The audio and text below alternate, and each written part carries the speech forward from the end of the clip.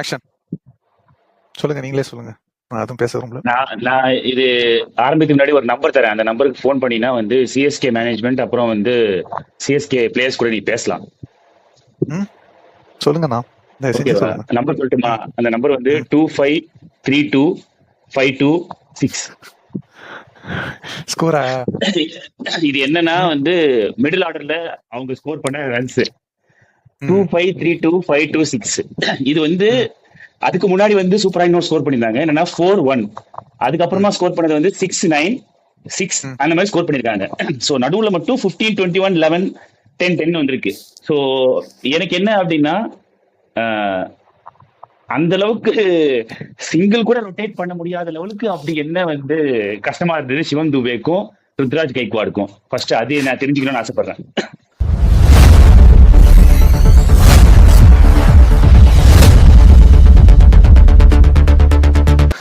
என்னன்னா சிம்பிள்னா, நம்ம இந்த என்ன சொல்றது, இந்த ஐபிஎல் ஆரம்பிக்கிறதுக்கு முன்னாடி எல்லாரும் ஒன்னே ஒன்று தான் சொல்லிட்டு இருந்தாங்க, பேட்டிங் வந்து ரொம்ப ஸ்ட்ராங்கா இருக்கு, பவுலிங் வந்து இன்எக்ஸ்பீரியன்ஸ்டா இருக்கு. ஆனா இப்போ ஆடுறதெல்லாம் வச்சு பார்த்தா பவுலர்ஸ் வந்து யோசிச்சு போடுறாங்க, ரெஸ்பான்சிபிளா போடுறாங்க, அண்ட் எல்லாருமே ஸ்டெப் அப் பண்ணி பவுலிங் போடுறாங்க. ஆனா பேட்ஸ்மேன்ஸ்க்கு வந்து ஒண்ணுமே புரியல. அது என்ன பிச்சு, அதாவது பார்த்து ஆடுறதுன்னு ஓகே ஓகே, அதாவது இன்டென்ட் காமிச்சு ஆடுறதுன்னு ஓகே, சும்மா கண்ணா பின்னான்னு சுத்துற சிம்பிள் இது பிச்சு வந்து தெரியுதா? அது வந்து 180 190 அந்த பிச்சு, அந்த அவ்வளவுதான் இந்த இந்த பிச்சுக்கான டார்கெட்னு தெரியுதா? அதெல்லாம் இல்ல, வர வேண்டியது சுத்த வேண்டியது, அவுட் ஆக வேண்டியது. இது வந்து நீங்க எப்ப சொல்லுங்க அப்படின்னா வந்து நான் அதுக்கு ஒரு கொஸ்டின் வச்சிருக்கேன், அப்ப சொல்லுங்க இந்த இதை. இப்ப வந்து எனக்கு வந்து ருத்ராஜ் அண்ட் துபே, ஏன்னா இவங்க 2 பேர் தான் நிறைய ஓவர்ஸ் ஆடினாங்க. இப்போ ஒரு நம்பர் சொன்னேன்ல, மிடில் ஆர்டர் நம்பர்ஸ், அந்த மிடில் ஆர்டர் நம்பர்ஸ்க்கு உகந்த ஆட்கள் இவங்க 2 பேர் தான். ஏன் அவங்களால வந்து சிங்கிள் கூட ரொட்டேட் பண்ண முடியல? இல்ல நான் வந்து எல்லாருமே வந்து கரெக்ட் தான், நான் ரொட்டேட் பண்ணிருக்கணும், தட்ஸ் ஃபைன். பட் ஆனா நான் ருத்ராஜ்க்கு பயஸ்டா பேசுறேன்னு நினைக்காதீங்க. இதுக்கு முன்னாடி கொஞ்சம் பயஸ்டா பேசுறேன்னு நினைக்காதீங்க. இப்போ ருத்ராஜ் அவனால முடிஞ்சதை பண்ணான். அவன் வந்து இந்த மாதிரியான டீமை வந்து அவன் கேரி ஓவர் பண்றான், அண்ட் அவன் வந்து அவுட் ஆஃப் ஃபார்ம்ல இருக்கான். அவன் அவுட் ஆஃப் ஃபார்ம்ல அவன் இருந்ததுனால தான் அட்லீஸ்ட் இந்த ஒரு 140 150 சம்திங் டோட்டல் வந்தது. அவன் மட்டும் இல்லைன்னா, ஆமா 159, அவன் மட்டும் இல்லைன்னா அப்படியே ராஜஸ்தான் ராயல்ஸ் முதல் மேட்ச். சிம்பிளா அது இதுல என்ன ஒரு கொடுமைன்னா, ஜிடிக்கு பேட்ஸ்மேனே இல்ல. யாரு இருக்கா? சாய் சுதர்ஷன் கில்லு, அப்புறம் 1 டவுன்ல பட்லர்லாம் எனக்கு தெரிஞ்சு T20 எப்போ ஆனான்னு எனக்கும் ஞாபகம் இல்ல. பட் ஆனா சரி ஓகே, பட்லர் அவனை விட்டா வேற யாரு இருக்கா? அடுத்து வாஷிங்டன் சுந்தர் பேட் கட்டிட்டு இருக்கானா, அவ்வளவுதான் விக்கெட் அவங்களுக்கு. ஹோல்டரும் இப்பதான் இறக்கினாங்க, அவங்க 2-3 மேட்ச் தான் ஹோல்டர் வரான். அதுதான் எனக்கு என்னன்னா, அடுத்து 2 டவுனுக்கு வந்து வாஷிங்டன் சுந்தர் இறக்கி பேட் கட்டிட்டு இருக்கான், அவ்வளவுதான் அவங்க பேட்டிங்கே இருக்கு. ஆனா அத வந்து ஒரு விக்கெட் எடுக்கணும்ன்ற ஒரு இன்டென்ட்டே இல்ல. என்ன மேனேஜ்மெண்ட் பவுலர்ஸ் கிட்ட கன்வே பண்ணாங்கன்னு தெரியல. கம்ப்ளீட்டா டிஃபென்சிவா பவுலிங் போடுறாங்க. அவங்களும் டிஃபென்சிவா தட்டி 10 ஓவர் வரைக்கும் வந்தாங்க. 10 ஓவர் கிட்டத்தட்ட ரெக்வயர்ட் ரன் ரேட் வந்து 8 இருந்துச்சு, 7.8 இருந்துச்சு. இது வந்து அந்த ஷாட்டும் நம்ம இவங்க கூட சன்ரைசர்ஸ் கூட ஆடின அதே சினாரியோ தான் இருந்துச்சு, ஓகேங்களா? ஆனா நம்ம கிட்ட அப்போ என்ன, சிஎஸ்கே கிட்ட என்ன அப்போ பிரச்சனையா இருந்துச்சுன்னா, விக்கெட் கம்ப்ளீட்டா லூஸ் பண்ணிட்டாங்க. ஆனா இவங்க கிட்ட அப்போ நோ லாஸ்ல இருந்தாங்க. ஐ திங்க் ஒரே ஒரு விக்கெட் மட்டும் இவந்து போயிருந்துச்சு நினைக்கிறேன், சுமன் கில். சோ இவனுக்கு வந்து எப்போ என்ன பண்ணணும்ன்ற ஒரு பிளானே இல்ல. என்ன மெசேஜ் அனுப்பிச்சிருக்காங்க? அப்சல்யூட்லி ஒரு எப்படி சொல்றது, ஒரு டிஃபென்சிவா போறது. எனக்கு ஓகே, ஃபர்ஸ்ட் ஓவர் அகில் ஹுசைன் போட்டானா ஒரே ஒரு 6 அடிச்சான், ஓகேங்களா? அதுக்கப்புறம் அவனை கொண்டே வரல. 100 போன மேட்ச் யாருன்னா அப்பனா ஃபீல்டிங் இருக்க கூடாதுல்ல. அவனுக்கு பதிலா அவன் ஃபீல்டிங்ல இருந்தானா 20 ஓவர் ஃபீல்டிங்ல இருந்தான். அடிபட்டுச்சுன்னா ஃபீலிங், அவனுக்கு இன்ஜுரி ஒரு கன்சர்ன் இல்லனா அத வந்து சொல்லி சரி. என்னன்னா வந்து அந்த இம்பாக்ட் வந்து அதிகமா இருந்துச்சு, நான் வெளியே போயிருப்பான்னு நினைச்சேன். பட் ஆனா 20 ஓவர் நின்னு இவன் ருத்ராஜ் போலிங் கொடுக்காம இருந்தது தப்பு, நீங்க சொல்லுங்க. ஆமா, தூபேக்கலாம் சரி. ஆனா நான் ஒரு சிம்பிளா கேக்குறேன், இந்த மேட்ச் ஜெயிக்கணும்னா யாரை நம்பினா ஜெயிக்க முடியும்? பவுலர்ஸ் நம்பினா, எஸ்பெஷலி அந்த ஸ்பின் டியோ நம்பினா ஜெயிச்சிடலாம். கரெக்டா? 100க்கு 7வது ஓவர் தானே கொடுத்தான். ஆமா, தூபே எல்லாம் போடுறானே. 100க்கு 7வது ஓவர் கொடுத்தான். அகில் ஹுசைனுக்கு ஒரே ஓவர் கொடுத்தான். அவன் பவர் பிளே ஸ்பெஷலிஸ்ட். அது விட்டா அவனுக்கு வந்து 11வது மேட்ச் எல்லாம் முடிஞ்சு போச்சு. அதுக்கப்புறம் கொடுக்குறான், மேட்ச் அங்கேயே முடிஞ்சு போச்சு. சரி, இப்போ பும்ராவை வந்து மும்பை இந்தியன்ஸ்க்கு 1008 பிரச்சனை இருந்தாலுமே பும்ராவை எப்போ யூஸ் பண்ணணும்னு அவங்களுக்கு தெரியும். ம். உங்களுக்கு வந்து 2 பவுலர்ஸ் தான் உங்களுக்கு வந்து போன வாட்டி ஜெயிச்சு கொடுத்தாங்க. அவங்களாலதான் இந்த ஆமா. மேட்ச் ஒண்ணும் இல்ல. ஒரு 2 விக்கெட் பவர் பிளேல போயிருந்ததுன்னா ஈஸியா நம்ம பிரஷர் போட்டுக்கலாம். ஜெயிக்கிறோமோ தோக்குறோமோ மேட்டர் இல்ல. கடைசி வரைக்கும் மேட்ச் கொண்டு போயிருக்கலாம். இவனுங்க வந்து மேட்சே 10 ஓவர் வரைக்கும் விக்கெட்டே போல. சுப்மன் கில் விக்கெட் தான், ஏதோ சும்மா லைட்டா அவன் கால் தூக்கிட்டான், பிடிச்சி அடிச்சு விட்டான். மத்தபடி மேட்ச்ல கம்ப்ளீட்டா டிஃபென்சிவா பவுலிங் போயிருக்காங்க. இது யார் ஆமா. பிளானா? ஒன்னு மேனேஜ்மெண்ட் பிளானா இருந்திருக்கும், மேனேஜ்மெண்ட் கொடுத்த மெசேஜா இருந்திருக்கணும், இல்ல வந்து ருத்ராஜா எடுத்த ஒரு பெரிய பிளண்டர், அவன் பண்ண பெரிய கேப்டன்ஷிப் பிளண்டரா இருந்திருக்கணும். இது 2 தான். பவுலர்ஸ் தூபே அவங்க பத்தி சொல்லுங்க. தூபேக்கெல்லாம் கொடுத்த அவனுக்கு என்ன என்ன பிரச்சனைனே தெரியல. ஸ்பின்னர்ஸ நம்பவே மாட்டான் அவன். அவன் வந்து எனக்கு தெரிஞ்சு 2 ஸ்பின்னருக்கு மேல அவன் கேப்டன்ஷிப்ல போய் நான் பார்த்ததே இல்ல. அட்லீஸ்ட் ஒரு தெரியல, ஆக்சுவலி அவன் 10வது ஓவருக்கு மேல தான் அகிலேஷ், அதுக்கப்புறம் மேட்சே முடிஞ்சிச்சு. அதுக்கப்புறம் சாய் சுதர்ஷன்லாம் நல்ல எப்படி சொல்றது, அவன் உட்காந்துட்டான். நல்ல சாய் டச்ல சுதர்ஷன் வந்துட்டான். ஆமா, நல்ல அது டச்ல அவ்வளவுதான் வந்துட்டான். அவனை உட்கார கூடாது. பவர் பிளேலயே கிட்டத்தட்ட அகிலோசனுக்கு பரவாயில்லையா போடு கொடுக்கவே இல்ல. அது ஆக்சுவலி பிளண்டரான மிஸ்டேக் வந்து ஒண்ணு இது கேப்டன்ஷிப் தான். தூபே பேட்டிங் சொல்லுங்க. தூபே பேட்டிங். ஆனா அவன் சரியான ஸ்கேமர். எனக்கு அவன், அதாவது சில பேர்லாம் வந்து ஐபிஎல்ல ஸ்கேம் பண்ணிட்டு இன்டர்நேஷனலுக்கு போவாங்க. இன்டர்நேஷனலுக்கு போயிட்டு அங்க வந்து சாரி ஐபிஎல்ல ஏதாச்சும் பண்ணிட்டு இன்டர்நேஷனல் போய் ஸ்கேம் பண்ணுவாங்க. இவன் இவன் இவன் கேஸ் அப்படியே உல்டாவா இருக்கு. அங்க என்னமோ ஸ்கேம் பண்ணிடுறான். ஸ்கேம் பண்ணிட்டு ஐபிஎலுக்கு வந்து சரியான சொதப்பலாம். அவன் 2023 தான் ஒழுங்கா விளாட்னான் எனக்கு தெரிஞ்சு. அப்புறம் 2024 கொஞ்சம் கொஞ்சம், அதுக்கப்புறம் எல்லாம் எனக்கு தெரிஞ்சு ஒண்ணுமே இல்ல. ஆனா நான் தூபே மட்டும் ஒண்ணு பாத்துட்டேன்னா, அதாவது இந்தியாவுக்கு ஆடும்போது அவன் அவன் ஆடிதான் ஆகணும்ன்ற சுச்சுவேஷன்ல சூப்பரா விளையாடுவான். அப்படியே ப்ரெஷர் அப்படி எப்படி சொல்றது, அப்படியே அவன் தான் அப்படி. ஆனா இங்க வந்து ஒரு சுச்சுவேஷன் எடுத்தா அந்த ப்ரெஷர் சுச்சுவேஷன்ல விளையாடணும்னா பேட்டிங் மறந்து போன மாதிரி விளையாடுறான். 2 நல்ல வேர்ல்ட் கப் விஷயம் விளையாடுறான். அவன் ஏன் பண்றான்? இந்தியாவை பொறுத்த வரைக்கும் அவன் பிரச்சனை இல்லைண்ணா. அவன் இஸ் அன் அசெட். ஓகேங்களா, நான் கூட சரி என்னடா அது சரியா விளையாட மாட்டான்னு வேர்ல்டு கப்ல கூட சரியா விளையாண்டான். கிட்டத்தட்ட அவன் நிறைய அண்டர் ரேட்டட் நாக்ஸ் விளையாண்டான். நிறைய மறந்தும் போயிட்டேன், அஃப்கோர்ஸ் அது அண்டர் ரேட்டட்னால. பட் ஆனா சிஎஸ்கேன்னு வரும்போது என்ன தெரியல, கடைசி 2 வருஷமா அந்த ஆர்ச்சாமி அந்த அந்த ஒரு ரீல்ஸ் போட்டாங்க, ஷார்ட்ஸ் மாதிரி ஒண்ணு போட்டாங்க, அதுல இருந்து சொதப்புறான் பாருங்க. அவன் ஒரு ரெஸ்பான்சிபிளாவே அவன் ஆட மாட்டான். அவன் தான் வந்து டீமோட சீனியர். அவன் ஆடுறதெல்லாம் பார்த்தா அப்படி தெரியவே இல்லை. வாரான், நான் பாடுறா, நான் சுத்திரம் பாடுறா. போன மேட்ச்லாம் அவன் எப்படி சொல்றது, இவன் கசன்பர் ஓவர்ல அவுட் ஆவான். அதெல்லாம் அவனுக்கு ஆடக்கூடிய பால். ஏன் எனக்கு தெரியல. தூபேயோட கேஸ் ரொம்ப ஒரு மிஸ்டரியா தான் இருக்கு, எனக்கும் தெரியல. சொல்லுங்க.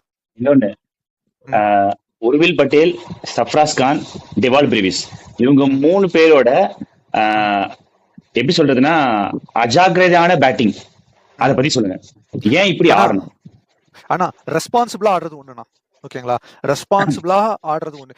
தெளிவா தெரியுது, விக்கெட் விழுந்துருச்சு, சஞ்சு விக்கெட் விழுந்துச்சு. பிச்சு தெளிவா பிச் ரிப்போர்ட்லயே சொல்லிட்டாங்க, இது வந்து 200 பிச் இல்ல, 200 அடிச்சா குட் ஸ்கோர். நம்ம கிட்ட ஓவர் வரைக்கும் பேட்டிங் இருக்கு. ஓகேங்களா, தெளிவா விக்கெட்டு போயிடுச்சு. வந்த உடனே அந்த ஒரு ரெஸ்பான்சிபிளி இல்லாம கடார் முடார் ரபடா அவன் ஷார்ட் பால் போடுறான், உட்காந்து சர்ஃப்ராஸ் அடிக்கிறான்னா. பெரிய ரோஹித் சர்மா கொஞ்சம் மேட்ச் ரெஸ்பான்சிபிளோட எடுத்து கொஞ்சம் ஒரு 7-8 ஓவர் வரைக்கும் தட்டி கொஞ்சம் எடுத்துட்டு போயிருந்தாலே அட்லீஸ்ட் ஒரு 180+ வந்திருக்கும். செகண்ட் அவனுங்க ஒரு 2 விக்கெட் எடுத்திருந்தா முடிஞ்சிச்சுன்னா. அதுக்கப்புறம் அவங்க கிட்ட பேட்டிங்கே இல்ல. தெவாட்டியெல்லாம் அவங்கள விட்டுறலாம் நம்ம. எனக்கு என்ன அப்படின்னா, உர்வில் பட்டேல் கூட நம்ம மன்னிச்சிடலாம்.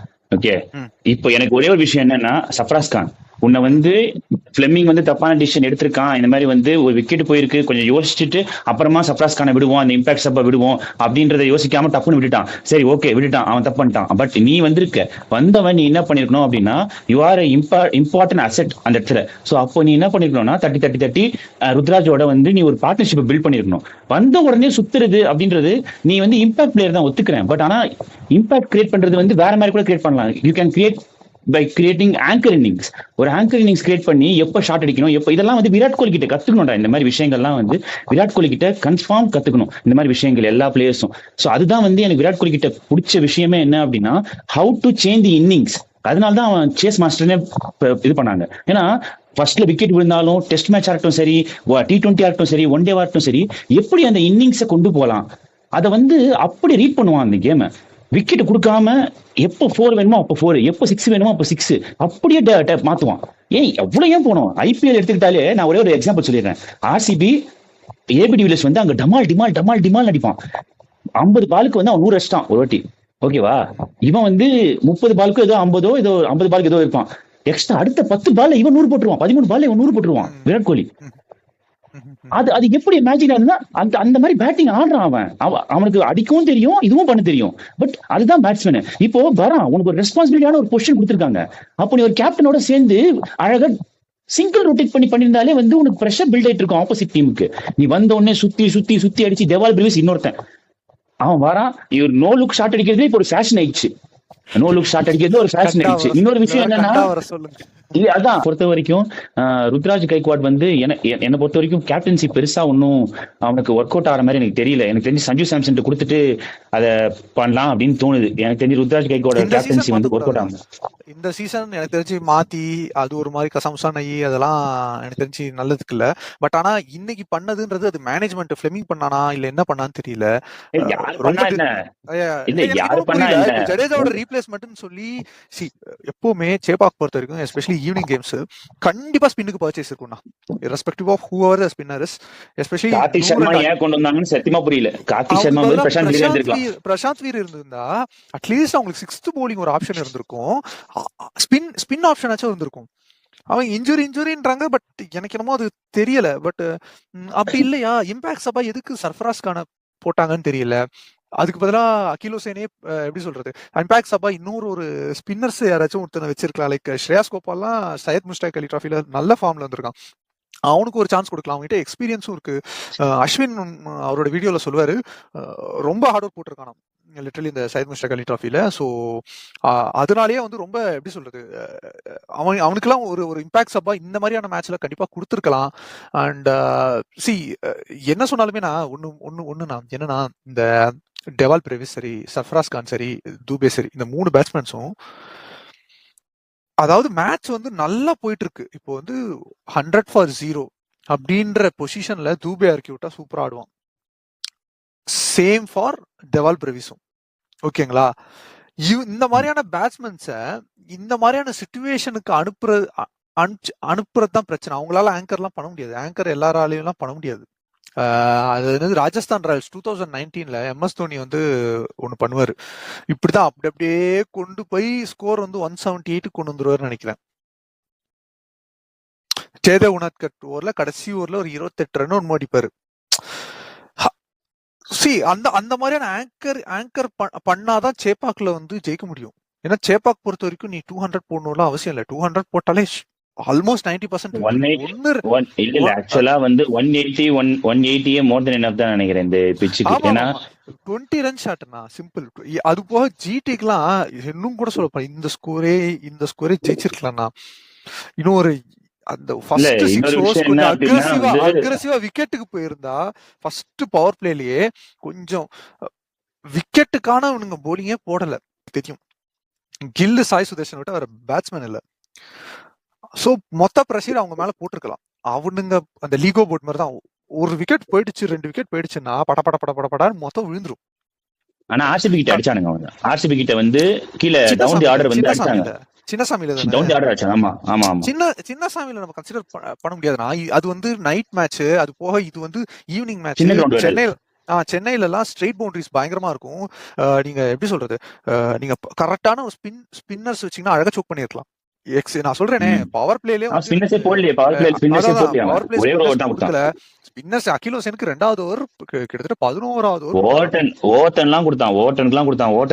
பிரிஞ்சு போயிட்டாங்க. ஆமா, ஆக்சுவலா ஓவர்டன் விக்கெட்டுக்கு தான் அந்த மாதிரி போட்டான்னு வைங்களேன். பட் அவனும் பிரிச்சுட்டானுங்க, அதுக்கப்புறம் கொடுக்கல. ஆமா பிரிச்சுட்டானுங்க, அதுக்கப்புறம் அவனும் எவ்வளவு பண்ணி. ஆனா ஓவர்டன்லாம் குடுக்குற சம்பளத்துக்கு கரெக்டா வேலை செய்யறானா, அவ்வளவுதான். அடிச்சான், நான் அதெல்லாம் இல்லைன்னு சொல்லல. பட் என்னன்னா, தேங்க் காட் இந்த மேட்ச் லூஸ் பண்ணும் இல்லன்னு வச்சுக்கோங்களேன். கரெக்டா எதுவும் என்ன சொல்றது, மும்பை கூட நான் சொல்றேன் வரேன். மும்பை கூட போன மேட்ச் வான்கடையில ஜெயிச்சதெல்லாம் நல்லா பறக்க ஆரம்பிச்சிட்டேன். வீடியோல தெரிஞ்சிருக்கும். இல்ல ஆக்சுவலா எனக்கு சொல்லணும்னு இல்லை, நானு மும்பை இந்தியன்ஸ் கூட ஜெயிச்சது, KKR கூட ஜெயிச்சதெல்லாம் எனக்கு என்னமோ பெரிய விக்டரியா செலிப்ரேட் பண்ணணும் அப்படின்றது தோணல. அவங்க பெரிய டீமா இருந்திருக்கலாம். இல்ல அவங்க பெரிய டீமா இருந்திருக்கலாம். இல்ல அவங்க பெரிய டீமா இருந்திருக்கலாம். பட் நீ எப்பவுமே சொல்ற மாதிரி அந்த பேட்ஸ்மேனோட ஃபார்ம் அப்படின்னு ஒண்ணு இருக்கு, ஓகேவா? சோ அது பெரிய விஷயம். ஒரே விஷயம் அவங்க நல்லா செஞ்சது என்ன அப்படின்னா குவிண்டன் டி காக் மட்டும்தான் அவங்க இதுல ஃபார்ம்ல இருந்தவன். ஏன்னா வந்த ஒரு ஃபர்ஸ்ட் மேட்சே அவன் 100 அடிச்சிட்டான். அதுக்கப்புறம் செகண்டோ தேர்ட் மேட்சோ அது. திலக் வர்மாலாம் வந்து அப்ப ஃபார்முக்கு வந்துட்டு இது வருது வந்து அடுத்த மேட்ச் வந்து நிறைய பேர் அடிக்காமலும் போவாங்க, அடிச்சு போவாங்க. ஸோ அது பெரிய ஃபார்மா நம்ம கன்சிடர் பண்ண வேணாம். அந்த டீம்ல மத்தவங்க எல்லாருமே பார்த்தா வந்து ஃபார்ம் அவுட் ஆனவங்க தான் எல்லாருமே. ஸோ அந்த அந்த டீம் வந்து எப்போ அவங்க ஃபார்முக்கு வருவாங்க என்ன பண்ணுவாங்கன்னு தெரியாது. ஸோ எனக்கு தெரிஞ்சு முன்னாடி இருந்த மும்பை இந்தியன்ஸ் அவங்க கிடையாது. எல்லாருமே ஃபார்ம் அவுட் ஆன மும்பை இந்தியன்ஸ் அது. ஸோ கேகேஆர் வந்து already they are losing with every one. வந்தாங்களா 2 பாயிண்ட் இருந்தாங்க வச்சுக்கோங்க அப்படின்னு கொடுத்துட்டு போற டீமா இருக்காங்க இந்த வாட்டி. ஸோ அதனால வந்து எனக்கு தெரிஞ்சு புரியுது, நீங்க சொல்றது புரியுது. என்னன்னா ஃபர்ஸ்ட் மேட்ச் ராஜஸ்தான் கூட, அதே மாதிரி செகண்ட் மேட்ச் ஆர்சிபி கூட, அப்புறம் பஞ்சாப் கூட. ஓகேங்களா, லைனா தோத்துட்டோம். அதுக்கப்புறம் வந்து நான் என்ன நினைச்சேன்னா, சரி ஓகே டாப் ஆர்டர், அதாவது டேபிள் டாப்ல இருக்கிற டீம்ஸ் கிட்ட தான் இவங்க தோக்குறாங்க. அது போக போன மேட்ச் மும்பை கிட்டலாம் வந்து ஜெயிச்சது வந்து நல்ல மார்ஜின், ரன்ஸும் வந்துச்சு, பவுலர்ஸும் ஸ்டெப் அப் பண்ணிட்டாங்க. ஸோ நல்ல மொமெண்டம்ல இருக்காங்க. ஸோ அட்லீஸ்ட் பிளே ஆஃப்ஸ்க்காச்சும் போயிடுவாங்கன்னு நினைச்சேன். பட் தேங்க் காட் இந்த மேட்சோட மொத்த ஹோப்ஸையும் முடிச்சிட்டாங்க. எனக்கு தெரிஞ்சு திஸ் இஸ் குட். ஏன்னா இதுக்கப்புறம் வந்து ஒண்ணு மேனேஜ்மெண்ட்டை கம்ப்ளீட்டா மாத்த மாட்டாங்க. அட்லீஸ்ட் வந்து அவங்க அவங்க திங்க் பண்ற விதமாச்சும் மாறணும். இன்னமும் உட்காந்து மும்பை இந்தியன்ஸ் கூட வந்து அது ஒர்க் அவுட் ஆகுமான்றது எனக்கு பயமா தான் இருக்கு. ஏன்னா வந்து அவங்க கொஞ்சம் ஸ்ட்ராங்கா வருவாங்கன்னு தோணுது. எனக்கு என்னமோ அவங்க ரொம்ப ஸ்ட்ராங்கா வருவாங்கன்னு தோணுது. இல்லனா அவங்களுக்குமே பிரச்சனை என்னன்னா, எப்படி சொல்றது, அதான் நான் போன வீடியோல சொன்ன மாதிரி தான், அவங்கள மேனேஜ் பண்ணணும். எல்லாருமே கேப்டன்ஸா இருக்காங்க. அண்ட் எல்லாருமே வந்து எப்படி சொல்றது, யாருக்குமே வந்து ஒரு பர்பஸ் இல்லைண்ணா. எதுக்கு இப்போ பிரப்சிம்ரன் அடிக்கிறான்னா அவன் வந்து இந்தியன் டீமுக்கு வரணும்னு ஒரு பர்பஸ் இருக்கு. அதே மாதிரி இப்போ என்ன ஒரு சர்ஃப்ராஸ் கான் அடிக்கிறானா அவனுக்கு ஒரு பர்பஸ் இருக்கும். மும்பை இந்தியன்ஸ் எதுக்கு ஆடுறானுங்க? அவனுங்க எல்லாருமே இந்தியன் டீம்ல வந்து கவர்மெண்ட் ஜாப் மாதிரி இருக்கிறானுங்க. எதுக்கு விளையாடணும்? தேவையில்லைல்ல. அதனால பார்க்கலாம் அடுத்த மேட்ச் எப்படி இருக்கும் பார்க்கலாம். எனக்கு என்னமோ பயமா தான் இருக்கு. பார்ப்போம் என்ன ஆகுது அப்படின்ட்டு. நெக்ஸ்ட் மேட்ச் இன்னொன்னு நெக்ஸ்ட் மேட்ச் மும்பை கூட ஜெயிச்சாலும் தோத்தாலும் அது என்ன கொண்டு வர போகுது? அவங்களுக்கு மும்பைக்கும் சரி சென்னைக்கும் சரி வழக்கம் போல என்ன நடக்கும்? அப்போ பிளே ஆஃப்ஸ்க்கான ரேஸ் இல்லைன்னு சொல்லிட்டு நினைக்கிறீங்களா? Mumbai already out of the tournament. Mumbai already out. Chennai சொல்றேன். சென்னையும் அவுட்னா. இது மேக்சிமம் கொஞ்சம் எப்படி சொல்றது, சஞ்சு ஏதாச்சும் வந்து அவன் வந்து ஒரு மேட்ச் அடிப்பான், ஒரு மேட்ச் அடிக்க மாட்டான். அந்த மாதிரி ஏதாச்சும் அவன் அடிக்கிற மேட்சா ஜெயிச்சிருச்சுன்னா மேபி ஒரு 6th or 7th பொசிஷன் வந்துச்சுன்னா தட்ஸ் ஃபைன். எனக்கு இப்போ கம்ப்ளீட் ஹோப் ஆயிடுச்சு. And I don't think so this team should deserve the playoffs. No, they don't deserve for playoffs. இல்ல கம்ப்ளீட்டா எப்படி சொல்றது, அவங்களுக்கு என்ன பண்ணணும்னு தெரியல. பிளெமிங்க்கு என்ன பண்ணணும்னு தெரியல, ருத்ராஜ்க்கு என்ன பண்ணணும்னு தெரியல. பிளேயர்ஸ் வந்து ரெடியா இருக்காங்க. அவங்களுக்கு சரியா சொல்ல போனா தோனி பண்ண மாட்டாரு. அவர் நத்திங். அவர் வந்தாலும் அவர் பாட்டு விக்கெட் கீப் பண்ணுவாரு. ஃபீல்ட் பிளேஸ்மெண்ட், அதாவது மிடான்ல சைட்ல இருந்துச்சு, மிடான் கொஞ்சம் ஆங்கிளுக்கு தப்பா இருந்துச்சுன்னா மாத்தி விடுவாரு. அவ்வளவுதான் ஒரு வேலை. பவுலிங் ரொட்டேஷன், டீம் பிளானிங் எதுலயுமே அவர் இன்வால்வ் ஆக மாட்டாரு. அவர் வந்தாலுமே எனக்கு தெரிஞ்சு அவர் வருவாரான்னு கூட டவுட் தான். வழக்கம் போல என்ன நடக்கும்னா, நாளைக்கு வந்து சேப்பாக்ல வந்து பிராக்டிஸ் மேட்ச்ல வந்து ரீல்ஸ் போடுவாங்க. அதுக்கு மறுநாள் வந்து டிக்கெட்ஸ் ஓபன் பண்ணுவாங்க. டிக்கெட்ஸ் வச்சு ஸ்கேம் நடக்கும். அதுக்கப்புறம் ஒரு ஸ்குவாட்ல பார்த்தா அவர் இருக்க மாட்டாரு, பஸ்லயும் வர மாட்டாரு. இந்த சைக்கிள் தான் நடந்துட்டு வருது. ஒரு ஹோப் கொடுத்து இவனுங்க இது பண்றாங்க. தோனி வந்தாலும் ஒன்றும் ஆகாதுண்ணா. Unless or until he should be the responsible person for this team. அவர் வந்து விளையாடணும், செஸ் மாதிரி விளையாடணும். நீ அங்க போ, நீ இங்க வா, நீ வந்து உன்னோட பிளான் இது, உன்னோட ஸ்ட்ரென்த் இது, நீ இந்த லென்த்ல பவுலிங் போடு, இந்த பிளேயருக்கு வந்து இந்த லென்த்ல பவுலிங் போடு, இங்க கரெக்டா பாண்டியா வரும்போது 2023 குவாலிஃபயர் ஒரு ஃபீல்டிங் பார்ட்னர்ல அந்த மாதிரி மொமெண்ட்ஸ் பண்ணா மட்டும்தான் இந்த டீம் ஜெயிக்கும். அந்த மாதிரி மொமெண்ட் பண்ணி தான் இவர் கப் அடிச்சாரு. அது இல்லாம டீமை நம்பியோ இல்ல வந்து ஒரு எப்படி சொல்றது, ஒரு கம்ப்ளீட் ஸ்குவாடை நம்பியோ மேனேஜ்மெண்ட் நம்பியோ சிஎஸ்கே இருந்ததே இல்லை. அந்த ஒரு எப்படி சொல்றது, அவர் ஒரு மேஜிக் பண்ணுவாரு. நீ இங்க போ, நீ இங்க வா, உனக்கு இந்த இதுதான் பொசிஷன். அது மாதிரி டுவேன் பிராவோலாம் என்ன சொல்லுவாருன்னா, டைவ் அடிக்கும் போது நீ டைவ் அடிக்காதன்னு வரு, 4 ரன் போனா போயிட்டு போகுது, உன்னை வச்சு எனக்கு டெத் போலிங்ல எனக்கு ஒர்க் இருக்கு, உன்னோட அந்த 4 ரன் எனக்கு மேட்டர் இல்லைன்னு வரு. அந்த மாதிரியான பிளேயர் எம்எஸ் தோனி. அவர் ஒவ்வொருத்தருக்கும் ஒவ்வொரு ரோல் கொடுப்பாரு. அந்த ரோல் பண்ணலன்னா திட்டுவாரு, கோவப்படுவாரு, அவ்வளவுதான். That's it. அந்த மாதிரியான கேம் பிளானே எனக்கு தெரிஞ்சு இப்ப நடக்குதான் தெரியல. அது போக தெரியல, என்ன என்ன என்ன ஏரால இருக்காங்கன்னு கூட எனக்கு தெரியல. எதுக்கு சர்ஃப்ராஸ் கான் இம்பாக்டா உள்ள வந்தான்? அண்ட் எதுக்கு கார்த்திக் சர்மாவை கொண்டு போய் 4 டவுனா 5 டவுன் அமிச்சாங்க? ஒண்ணுமே எதுக்கு அதெல்லாம் பண்ணிட்டு புரியல. இருக்கீங்க? எதுக்குடா அதெல்லாம் பண்ணிட்டு இருக்கீங்க? என்னடா உங்க பிளானு? 5 பவுலர்ஸ்ன்னு போறீங்க. அகில் ஹுசேன் அண்ட் நூர் தான் உங்களுடைய ப- ப- ஒ- சரியான ஸ்பின்னரு. சேப்பாக்ல வந்துட்டு அவங்களுக்கும் மெயின் கொடுக்கல. கிங் பின்ஸே அவங்க தான். மெயின் ஆமா, கிங் பின்ஸே அவங்க தான். அவங்களுக்கும் போலிங் கொடுக்கல. விக்கெட்டுக்கான டெலிவரிஸும் யாரும் போடல. ஒன்றும் புரியல. எனக்கு தெரிஞ்சு இதுக்கப்புறம் ஜாலியா அவனுங்க மேட்ச் பார்த்துட்டு அவனுங்க அழகா வந்து கேப் பார்த்து டபுள்ஸ் ஓடி சிங்கிள் ஓடி அழகா கொண்டு வந்துட்டானுங்க. அவனுங்க எனக்கு அழகா தெரிஞ்சு அவனுங்க அவனுங்க 10 ஓவர் அவனுங்க ரிஸ்கே எடுக்கல. அவனுங்க 10 ஓவர் ரிஸ்கே பவர் எடுக்கல. பிளேல ஜெயிச்சிட்டானுங்க. அவனுங்க ஆக்சுவலா வந்து ஆக்சுவலா பவர் பிளேல அதான் வந்து 60 ரன்ஸ் மேட்ச் வந்துட்டாங்க. எங்கேயுமே இல்ல. நான் பேட்டிங்க பொறுத்த வரைக்கும் நான் 2ல ஒரே ஒருத்தர் மட்டும் ரெக்வயர்ட் ரன் ரேட் வந்து 8க்கு போச்சு. ஆனா அதெல்லாம் வேலைக்கே ஆகாது. ஏன்னா 8 எல்லாம் ஒரு விக்கெட்டை வேலைக்கே நீ வாஷிங்டன் சுந்தர் அடிப்பான். அதெல்லாம் அதான் வாஷிங்டன் சுந்தர் அடிப்பான். அதுதான் நீங்க அட்லீஸ்ட் ஒரு பிரஷர் எப்போ விக்கெட் பில்டப் ஆகும்னா 12 விக்கெட் விழுந்து 12 ரன் ரேட் இருந்தா மட்டும்தான் வாஷிங்டன் சுந்தர் ஹோல்டர் இவனுங்க எல்லாம் அடிக்க மாட்டானுன்னு ஒரு நம்பிக்கை வரும். 10 ரன் கீழே 8 எல்லாம் வந்து வாஷிங்டன் சுந்தர் ஹோல்டர் ரஷித் கானே அடிப்பான். அதெல்லாம் வந்து ஒரு மேட்டரே கிடையாது அவனுக்கு. ரஷித் கான் வந்து இவங்க கிடையாது. இல்ல சாரி, ரஷித் கான் இவங்க இல்ல ஜிடி தான் ரஷித் கான். ஒரு ஓவர் தான் போட்டான் அவன். அது தெரியுமா? அவனுக்கு ஓவரே கொடுக்கலண்ணா. ஒண்ணுதான் கொடுத்தாங்க. அவனுக்கு ஓவரே கொடுக்கல. ஆக்சுவலி கொடுத்தாங்க. அதுக்கப்புறம் தூபி என்னமோ அடிச்சிட்டு இருந்தான். பட் ஆனா அவனுக்கு எல்லாம் ஓவரே கொடுக்கல. கடைசியா என்னமோ போட்டான்னு நினைக்கிறேன். அவன் ஓவர்ல ஏதோ தூபி 6 அடிச்சிட்டு இருந்தான். போட்டான். தெரியல. சிஎஸ்கே மேட்ச் எல்லாம் பார்த்தா இவனுங்க என்னமோ இந்த வேர்ல்ட் கப் குவாலிஃபயர்ஸ்ல வந்து இந்த சைனாவும் ஜப்பானும் அந்த மாதிரிலாம் விளையாடிட்டு இருப்பாங்களே, அந்த மாதிரி தான் இருக்கு. ஒரு பக்கம் நேத்தி மேட்ச் என்னடானா பஞ்சாப்க்கும் டெல்லிக்கும் அது வேற லீக்ல போயிட்டு இருக்கு. இது என்னடானா குஜராத் டைட்டன்ஸ் vs சென்னை வந்து இது ஒரு வேற லீக்ல போயிட்டு இருக்கு. அந்த மேட்ச் வந்து செமையா இருந்துச்சு.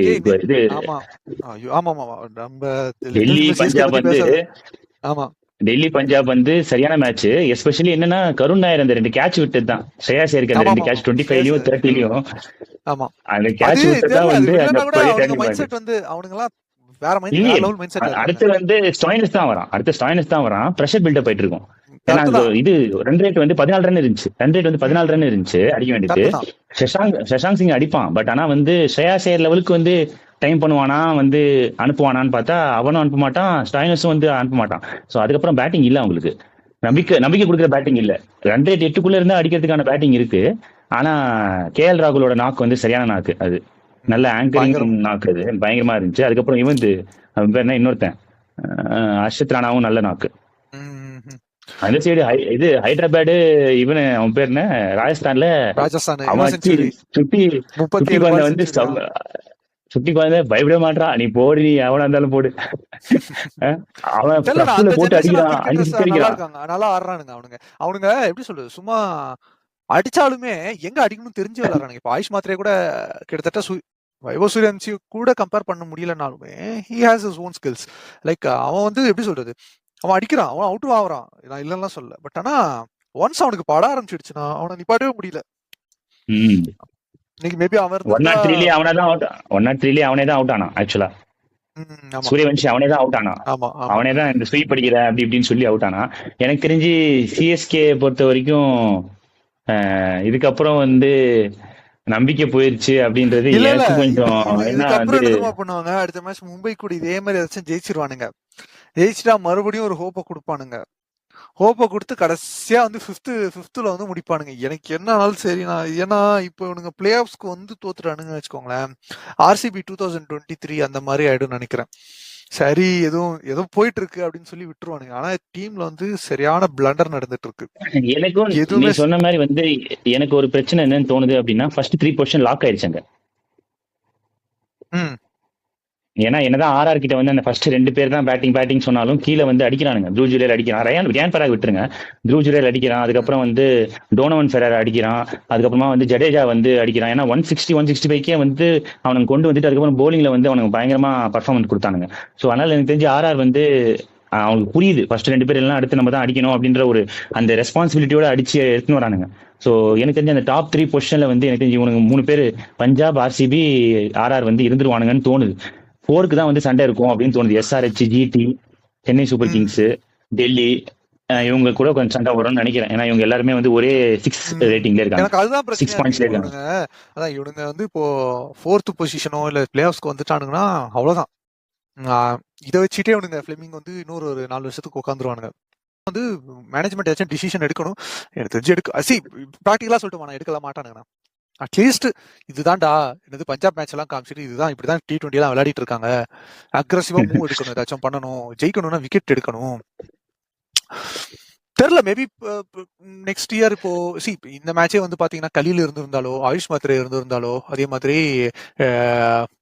அவன் பேர் என்ன ஆஸ்திரேலியன் அந்த நேத்தன் எல்லிஸ் இருந்திருந்தாலோ, அவனை என்ன ஞாபகப்படுத்துறீங்க? சோ இவனுங்களா இருந்திருந்தாலும் ஸ்குவாட் ஓரளவுக்கு ஆஸ்திரேலியன் சொன்னாலே அவன் ஞாபகம் வரான் எனக்கு. சரி விடுங்க அவனை பத்தி. சோ அதான் இவனுங்களா இருந்திருந்தாலும் மேபி சிஎஸ்கே ஏதாச்சும் பண்ணிருக்கலாம், தெரியல. ஒன்னும் இல்ல, என்ன புலம்பு. சிஎஸ்கே அப்படிதான் பண்ணாங்க. சர்ஃபராஸ் கான வந்து பேக்கப்ல உட்கார வச்சிருக்காங்க. அவன் வந்து இன்கேஸ் தேவைப்படலன்னா சிஎஸ்கே வந்து doing a blunder mistake already. CSK வந்து ரொம்ப தப்பு உள்ள வச்சிருந்தாங்க. அதாவது இன்கேஸ் பேட்டிங் தேவைப்படலன்னா யாராச்சும் ஒரு 6th bowling ஆப்ஷனா யாராச்சும் ஒருத்தங்களை யூஸ் பண்ணிக்கலான்ற மாதிரி நினைச்சிருக்காங்க. தலைவன் ஒரே விஷயம் என்னன்னா, எதுக்கு இம்பாக்ட் வரைக்கும் போனோம்? சிஎஸ்கே வந்து பிளேயிங் லெவல்லே பிரச்சனை. நீ கார்த்திக் சர்மா எதுக்கு இறக்குற? ஃபர்ஸ்ட் நீ வந்து 2 பேரை வந்து 14 கோடி கொடுத்து எடுத்த, ஓகேவா? அவனை இன்ஜூரின்னு சொல்லி உட்கார வச்சிருக்கேன். எனக்கு புரியல. ஃபர்ஸ்ட் அவனுக்கு இன்ஜூரி தானான்னு எனக்கு தெரியல.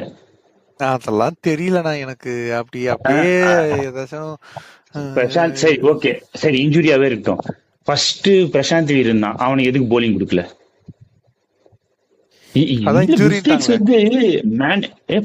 இன்ஜூரி நம்ம பேசிட்டோம் ஆல்ரெடி இதை பத்தி. இன்ஜூரினா எதுக்கு நீ பேட்டிங் அவன் அனுப்புறேன்னு எனக்கு தெரியல. சோ எனக்கு தெரிஞ்ச மேனேஜ்மெண்ட் நல்லா ஆடினானா. அதாவது சரி ஓகே முடிஞ்சு போன மேட்ச் தான், பட் ஆனா அட்லீஸ்ட் அவன் ஏதோ காமிச்சான். அவனை எதுக்கு எடுக்க சொல்றேன்னா, அவன் வந்து பயங்கரமான பேட்ஸ்மேனா அப்படிலாம் இல்ல. அவன் வந்து ஜடேஜாவோட ரீப்ளேஸ்மெண்ட். நீ ஜடேஜாவை இந்த மாதிரி உட்கார வைப்பீங்களா? இல்ல. அது போய் ஜடேஜாவோட ரோல் என்ன? 4 ஓவர் போடுவான், விக்கெட் எடுப்பானோ இல்லையோ, ஒரு 28 மெயின்டைன் பண்ணுவான், 4 ஓவர் தள்ளிடுவான், எப்படியாச்சும் மெயின்டைன் பண்ணுவான், கடகடன் போட்டு மெயின்டைன் பண்ணுவான். அடுத்த போலர் 60 செகண்டுக்குள்ள உங்களுக்கு போலர் சேஞ்ச்னாலே வந்து மனுஷன் வந்து டப்புன்னு போட்டு போயிருவான் 6 பாலையும். அந்த மாதிரி ஒரு 6th bowling ஆப்ஷனா யூஸ் பண்ணலாம். தெரியல, எனக்கு தெரிஞ்ச மேனேஜ்மெண்ட்ல ஏதோ இஷ்யூ ஆயிருக்கு, பயங்கரமான இஷ்யூ ஆயிருக்கு. அவனுங்க சரியா பண்றது இல்ல. பிளேயர்ஸ் தப்பு சொல்லி எனக்கு தெரிஞ்சு நிறைய பிளேயர்ஸ் தப்பு சொல்லி எனக்கு தெரிஞ்சு. ஆமா, பிளேயர்ஸ் சொல்றேன் உண்மையிலே. இந்த இந்த எடுத்த இந்த 12 பேருமே தே ஆர் கேப்பபிள். அவங்களுக்கு சரியா கன்வே பாத்தீங்களா? பயங்கரமான கேப்பபிள் தான். ஆனா அவங்களுக்கு வந்து அவங்களால வந்து கைட் பண்ணணும், கைட் பண்றதுக்கான ஆள் இல்ல. அந்த மாதிரிதான்.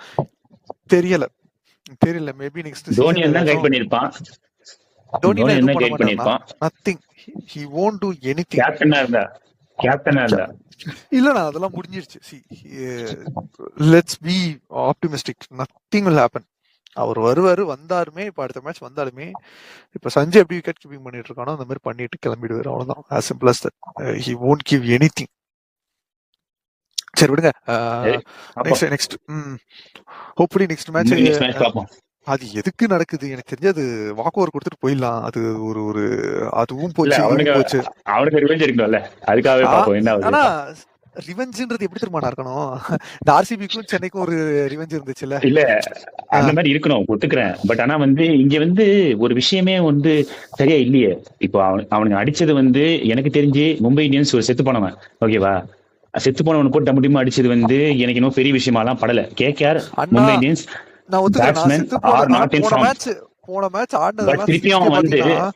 பயங்கரமா இருந்துச்சு. அதாவது எனக்கு என்னமோ அதான் சொல்ல வரேன் நானு. எனக்கு என்னன்னா, அது சிஎஸ்கே வந்து இப்படி போடுற சிஎஸ்கே வந்து ஏன் முன்னாடி எல்லாம் பர்ஃபார்ம் பண்ணல அப்படின்னு கேள்வி கேட்டா, முன்னாடி வந்து அங்க அட்லீஸ்ட் ஒரு 2 பிளேயராச்சும் ஆடுறவன் இருந்தான். அதுதான் எனக்கு சொல்ல வரேன் நானு. ஒரு டீம்லயும் அட்லீஸ்ட் 2 பேர் வந்து ரொட்டேட் பண்றவன் ஏதோ ஒன்று இருந்தான். இங்க மும்பை இந்தியன்ஸ் அப்படி இல்ல. அதுதான் பிரச்சனையே. உனக்கு முன்னாடி வந்து இவனுக்கு ஒருத்தன் இருந்தான், அவன் பேர் வந்து விக்கெட் கீப்பர், அவன் பேரு ரிக்கல்டன். அவனும் ஆடல சரியா. ரிக்கல்டன், ரோஹித் சர்மா, சூரியகுமார் யாதவ், ஹர்திக் பாண்டியா, திலக் வர்மா, நமந்தீர் எவனுமே ஆடல. அதுதான் பிரச்சனையே. அங்க ஒருத்த 2 பேர், ஒரு 2 பேட்ஸ்மேன் அடிச்சாலே போதும். இப்ப இவன் அங்க ஆர்ஆர்ல அதான் பண்ணுக்கிறானுங்க, 2 பேர் தான் அடிக்கிறானுங்க. இவனுங்க எஸ்ஆர்எச்லயும் 3 பேர் தான் அடிக்கிறானுங்க. 3 பேர்ல எவனோ ஒருத்தன் ஃபெயில் ஆயிடுவான், 2 பேர் அடிப்பானுங்க. கிளாசன் வந்து ஹென்ரிக்ஸ் கிளாசன் வந்து அடிச்சு கொடுப்பான் லாஸ்ட்ல. நிதிஷ்குமார் ரெட்டி தான் அடிக்கலாம்டா. இதுதான்டா இருக்கிறதுலே ஒரு பைத்தியகாரத்தனமா நிதிஷ்குமார் ரெட்டிலாம் அடிக்கிறான்டா. வயிற்றுச்சலா இருக்குடா இந்த சிஎஸ்கே பார்த்தா. அவனும் ஏதோ என்னமோ இதுக்கெல்லாம் போயிட்டு வந்திருக்கேன் அப்படின்னு நம்ம எல்லாம் தூபே சொல்றோம். இல்ல நிதிஷ்குமார் ரெட்டி பார்க்கும்போது தூபே பார்த்து காண்டாவுது எனக்கு. ஏன்டா தூபே நாயே, இவன் பாடுறா, இவன் அடிக்கிறான் பாடுறான். அவன் left hand players specially they are gifted with high power than the right hand batsmans. Left hand பேட்ஸ்மேனுக்கு ஹை பவர் இருக்கு. இப்ப ஒரு ஃபுட்வொர்க்கே இல்லடா அவன் கிட்ட, ஒரு ஃபுட்வொர்க்கே இல்லடா. நின்னத்துல இருந்து பெரிய கெயில் இவரு நின்னத்துல இருந்து அடிக்கிறதுக்கு. நான் கெயில் வந்து பவர் இருக்குடா கெயிலுக்கு, உனக்கு அந்த பவர் எல்லாம் கிடையாதுடா. ஆனா he has everything. நான் வந்து I won't rate Dubé as low as other players. ஓகேங்களா? he has so talent. He is naturally gifted guy. ஓகேங்களா? அது போக சும்மாலாம் 2 வேர்ல்ட் கப்லாம் ஜெயிக்க முடியாதுண்ணா. அவன் 2024 ஃபைனல்ஸ்ல ஜெயிக்க முடியாதுன்னு ஒத்துக்கிறேன். அந்த இல்ல அந்த மாதிரியான பிட்ச்ல ஒரு 26 என்னமோ அடிப்பான். அதே மாதிரி வேர்ல்ட் கப் ஃபைனல்ஸ்லயும் வந்து நல்ல நாக் ஆடுவான். இந்த வேர்ல்ட் கப்லயும் அதாவது திலக் வர்மா வந்து சிங்கிள் அடிக்காத அப்படின்னு சொல்லிட்டு லாஸ்ட் பால் இவன் ஏதோ ஒரு மேட்ச்ல நின்று அடுத்த பால் 6 அடிப்பான். அந்த அளவுக்கு கான்பிடென்டான பிளேயர் தூபே. அந்த தூபே ஆனா சிஎஸ்கேக்கு என்ன ஆனான்னு தெரியல, கடந்த ஒரு 2 வருஷமா காணவில்லை. நல்லா பண்ணுங்க, மும்பை இந்தியன்ஸோட நல்லா பண்ணுங்க, டேபிள் கொஞ்சம் டாப்ல வாங்க. என்ன எனக்கு புரியல எனக்கு. சரி, மும்பை இந்தியன்ஸ் ஜெயிக்குது, என்ன ஆக போகுது? சென்னை ஜெயிக்குது, என்ன ஆக போகுது? Nothing will happen. அவங்களுக்கு ஏதாச்சும் பிரோஜனமா? எங்களுக்கு எனக்கு தெரிஞ்சு மற்ற பிளேயர்ஸ்க்கு எல்லாம் எனக்கு தெரிஞ்சு இந்த பிரசாந்த் வீர், கார்த்திக் சர்மா, அப்புறம் வந்து இந்த ராமகிருஷ்ணா கோஷ், இவங்களுக்கு எல்லாம் இனிமேல் கொஞ்சம் இப்போ கொடுக்க மாட்டாங்க. எப்படி இன்னும் 2 மேட்ச் தோத்துருவானுங்க, அதுக்கப்புறம் கொடுப்பாங்க. தோத்ததுக்கு அப்புறம் பார்ப்போம். வாங்கடா அப்படி கொடுப்பாங்க, வாங்கடா. ஆமா ஆமா, அந்த மாதிரி கொடுக்க ஆரம்பிச்சிடும். இனிஷியலாவே கொஞ்சம் ஒரு மேட்ச் 2 மேட்ச் தோத்துட்டாங்க. அதான் அதே மாதிரி இந்த வாட்டியும் கொஞ்சம் கொடுத்துட்டு பவுலிங் இந்த வாட்டி நிறைய பாக்கணும்னா, இந்த ராமகிருஷ்ணா கோஷ் எல்லாம் கொடுத்துட்டு. இல்ல பவுலிங்லாம் இருக்கு, ஓகேவா? கேப்டன்சி தான் பிரச்சனை. மேனேஜ்மெண்டோட பழைய அந்த ஸ்கிரிப்ட் பிளான் தான் பிரச்சனை. இவங்களுக்கு இம்பாக்ட் ரொம்ப யூஸ் பண்ண தெரியாது.